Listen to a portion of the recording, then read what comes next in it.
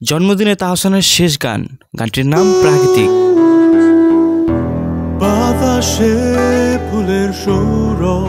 তিনটা গান বানানো আছে, কিন্তু আর রিলিজ করব না। পরসেলিনা তাহসানস প্লেলিস্ট প্রকল্পের শেষ গানটা হয়তো শুধু প্রকাশিত হবে, তারপর শেষ, এরপর আর কোনো গান প্রকাশ করব না, এভাবেই বলেছিলেন তাহসান খান।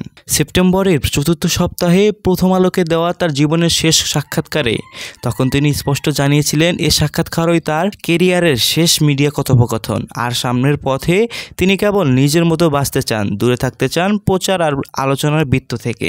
আজ 18 অক্টোবর, তাহসানের জন্মদিন।